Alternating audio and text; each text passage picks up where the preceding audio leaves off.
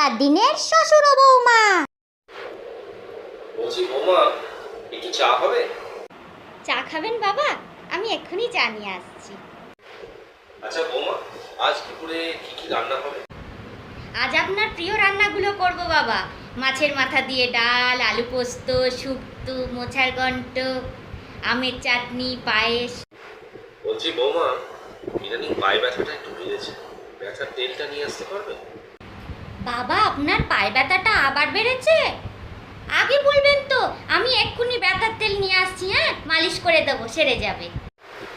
সত্যি, ভাগ্য ভালো থাকলে এরকম বৌমা পাওয়া যায়।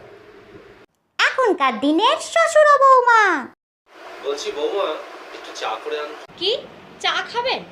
ঘরে যে চা পাতা আর দুধ নেই সে খেয়াল আছে? আগে আপনার ছেলেকে বলুন চা পাতা আর দুধ নিয়ে আসতে, তারপর দেখছি কি করা যায়। আচ্ছা বৌমা, আজ দুপুরে কি কি রান্না হবে? ঘরে কাজের লোক থাকতে আমি কেন রান্না করব? আর আপনি জানেন না, আপনি দেখেন না যে আমি দুপুরে রান্না বান্না করি না? নাকি আপনি আজকাল চোখে কম দেখছেন? পাওয়ার বাড়েনি তো আপনার?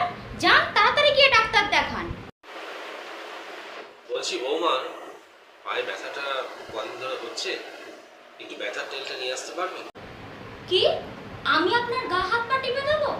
আপনি জানেন না সারাদিন রিলস বানাতে বানাতে আমার কোমরে কত ব্যথা হয়ে গেছে। আমি এখন যাচ্ছি ব্যথার তেল মালিশ করতে। সত্যি, কি ভাগ্য দেখেছো তো। যদি জানতাম এরকম মেয়ে হবে, তাহলে কখনই ছেলের সাথে বিয়ে দিতাম না।